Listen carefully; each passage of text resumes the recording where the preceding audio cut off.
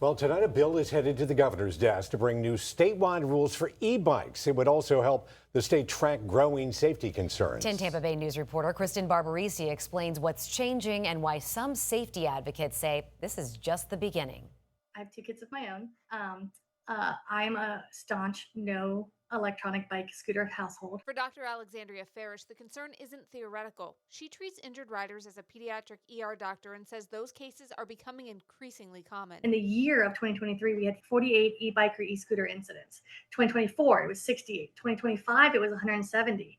2026, we are on track to have 343 injuries based on our current numbers because we've already seen through May alone 143 kids. By transportation In response to growing concerns, lawmakers passed legislation now awaiting the governor's signature.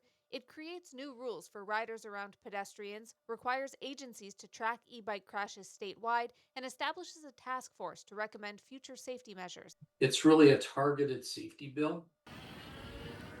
Under the proposal, e-bike riders must yield to pedestrians on shared paths, give an audible warning before passing, and slow to 10 miles per hour when pedestrians are within 50 feet on sidewalks and other pedestrian areas.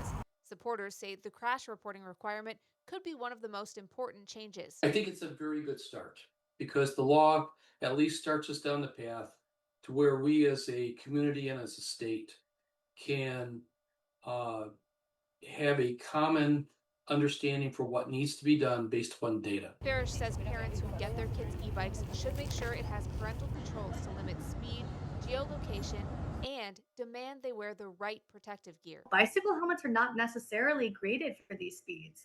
And a lot of the vehicles that are going faster, we need to actually be using motorcycle graded helmets. Kristen Barbarisi, 10 Tampa Bay News. If the governor signs the bill, the new riding rules and penalties would take effect July 1st. The task force would begin meeting later this year and deliver recommendations to the state by October.